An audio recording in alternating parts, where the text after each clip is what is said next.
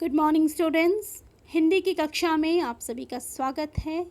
आज हम पढ़ेंगे अध्याय 7 कहानी छत्रपति शिवाजी की। शिवाजी जितने वीर थे उतने ही दयालु थे और चरित्र के धनी थे। वे आदर्श व धर्मपरायण व्यक्ति थे। वे सभी धर्मों के पूजा स्थानों व उनके पवित्र ग्रंथों का सम्मान करते थे। वे विषय वासनाओं से दूर रहते थे तथा शत्रुओं की महिलाओं को आदर की दृष्टि से देखते थे। शिवाजी, जिनके बारे में हम सभी जानते हैं, वो बहुत ही वीर योद्धा थे तथा साथ ही साथ एक दयालु प्रकृति के व्यक्ति भी थे। चरित्र के बहुत ही धनी तथा धर्मपरायण, सभी धर्मों का आदर करते थे तथा नारी जाति का सम्मान करते थे। वे हर प्रकार के विषय वासनाओं से दूर रहते थे तथा शत्रुओं की महिलाओं को भी आदर की दृष्टि से देखते थे। एक यमन सूबेदार मुल्ला अहमद उनके राज्य पर लगातार आक्रमण करता रहता था। शिवाजी ने अपनी सेना को आदेश दिया कि इस सरदार को ऐसा सबक सिखा दो कि वो फिर कभी हम पर आक्रमण करने के योग्य न रह जाए। आज्ञा पाकर उनके वीर सैनिकों ने अपनी वीरता और स्वामी भक्ति का परिचय दिया और शत्रु को परास्त कर दिया। सूबेदार मुल्ला अहमद को जन धन की भारी हानि हुई और वह हार कर अपने परिवार समेत उत्तर भारत की ओर भागा। सूबेदार की पुत्रवधू थी गौहर बानो। वो बहुत ही सुंदर युवती थी। उसकी सुंदरता की चर्चा देश भर में फैली हुई थी। सरदार और उसका परिवार तो भागने में सफल हो गया, लेकिन गौहर बानो मराठा सैनिकों के हाथ लग गई। मराठों ने दुर्ग पर अधिकार कर लिया और लूट का बेशकीमती माल तथा गौहर बानो को लेकर वे अपने राज्य को वापस लौटे। महाराज शिवाजी ने अपने सैनिकों की वीरता पर बहुत प्रसन्न हुए। उन्होंने कहा कि तुम लोग लूट का जितना भी अमूल्य सामान लेकर आए हो उन्हें आपस में बांट लो। सिपाहियों ने ऐसा ही किया। फिर उन्होंने महाराज से निवेदन किया कि महाराज, एक विशेष अमूल्य भेंट हम आपके लिए लेकर आए हैं। शिवाजी ने आदेश दिया, पेश करो। सैनिकों ने गौहर बानो को दरबार में उपस्थित कर दिया। शत्रु की पुत्रवधू विख्यात सुंदरी गौहर बानो आपकी सेवा में पेश है महाराज।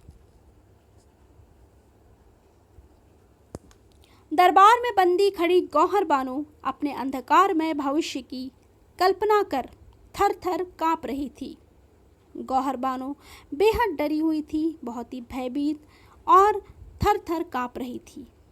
झीने नकाब के अंदर से मुरझाए कमल की भांति उसका चेहरा झिलमिला रहा था। अपने सैनिकों के कृत्य पर महाराज शिवाजी भौंचक के रह गए। उन्होंने कभी सोचा नहीं था कि उनके सैनिक कभी इस प्रकार की कुछ ऐसी हरकत करेंगे। वो काफ़ी आश्चर्यचकित थे। विजय उल्लास का जो चेहरा उनका मुस्कुराया हुआ चेहरा था, अब वो अचानक से गंभीर हो गया। देह क्रोध से कांपने लगी। मैं पहले तो दहाड़े किसने किया है दुस्साहस, माँ के अपहरण जैसे निंदनीय अपराध का। महाराज को काफी गुस्सा आया। फिर सरलता से सबको समझाया कि नारी मित्र की हो या शत्रु की, वह केवल माँ है। संसार की सभी नारियां माँ के समान हैं और जो भी पुरुष या राष्ट्र माँ का अपमान करेगा, भगवान उसे कभी माफ नहीं करेगा। शिवाजी नारी जाति का बहुत सम्मान करते थे, उन्हें अपनी माँ के रूप में देखते थे। इसीलिए अपने सैनिकों द्वारा की गई ऐसी हरकत उन्हें काफ़ी निंदनीय लगी और उन्होंने अपना क्रोध व्यक्त किया और सभी को समझाया।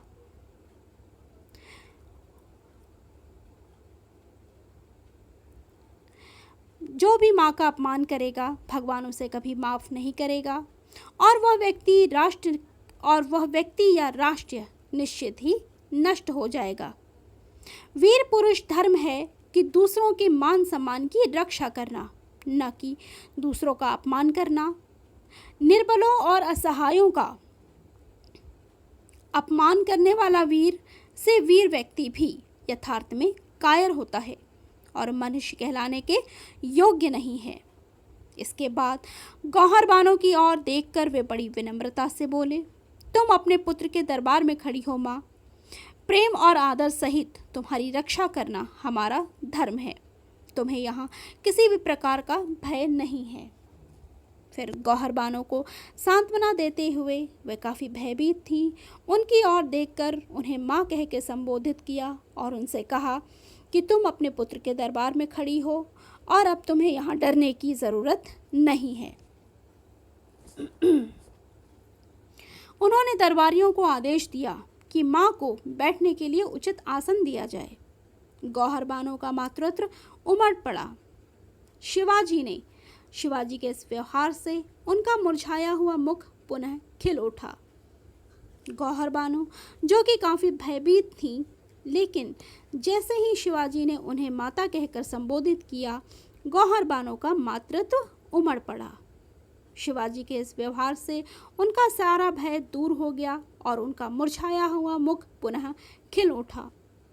उसने अपने मुख का पर्दा उतार कर फेंक दिया। माँ पुत्र का संबंध जो स्थापित हो गया था, माँ पुत्र के संबंध के मध्य अब पर्दा कैसा और भय कैसा। महाराज के मुख से अनायास ही शब्द फूट पड़े कि माँ, यदि मुझे जन्म देने वाली माँ भी यदि आप जैसी सुंदर होती तो मैं भी सुंदर होता। फिर सैनिकों को आदेश दिया कि माँ के भोजन शयन की समुचित व्यवस्था की जाए तथा पाँव फटने से पूर्व ही इनको इनके परिवार तक पहुँचने में इनकी व्यवस्था कर दी जाए और इनको उनके परिवार तक पहुँचा दिया जाए। तो आज के पाठ में बस इतना ही। धन्यवाद।